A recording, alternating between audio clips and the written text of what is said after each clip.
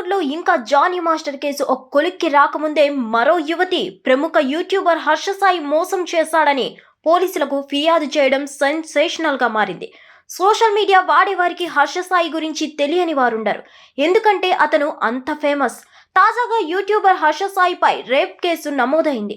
Big boss ద్వారా fame అయిన ఓ నటి హర్ష సాయిపై చేసిన ఫిర్యాదు మేరకు హైదరాబాద్ నార్సింగి పోలీసులు కేసు నమోదు చేశారు.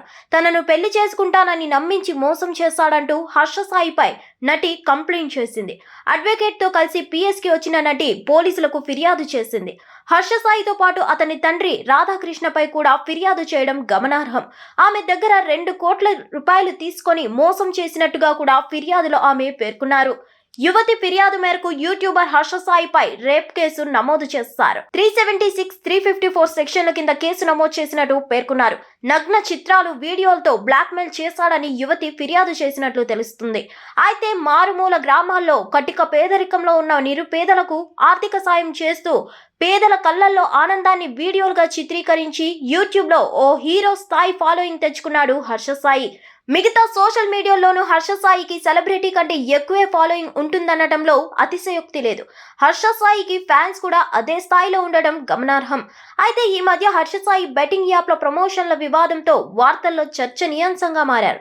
అయితే యూట్యూబ్ వీడియోలతో ఫేమ్ సంపాదించుకున్న హర్ష సాయి హీరోగా ఓ సినిమా కూడా తీస్తున్నారు. మెగా అనే టైటిల్ తో సినిమా అనౌన్స్ చేసిన హర్ష సాయి అందుకు సంబంధించిన ఓ చిన్న గ్లిమ్స్ కూడా విడుదల చేసి ఆసక్తిని రేకెత్తించారు. చాలా కాలం కిందటే ఈ సినిమాను అనౌన్స్ చేయగా అందుకు సంబంధించిన ఎలాంటి అప్డేట్స్ మాత్రం ఇవ్వట్లేదు. అయితే మధ్యలో బెట్టింగ్ యాప్స్ ప్రమోషన్ కు సంబంధించిన వివాదంతో హర్ష సాయి విమర్శలు కూడా ఎదుర్కొన్నారు. తాను ఇచ్చిన స్టేట్మెంట్లను చాలా మంది యూట్యూబర్లు వ్యతిరేకించారు కూడా. అయితే ఇప్పుడు ఏకంగా ఓ నటి ఆయనపై చీటింగ్ కేసు పెట్టడంతో మరోసారి హర్ష సాయి వార్తాంశంగా మారారు. మరి ఈ కేసు ఎక్కడి వరకు వెళ్తుందో చూడాలి.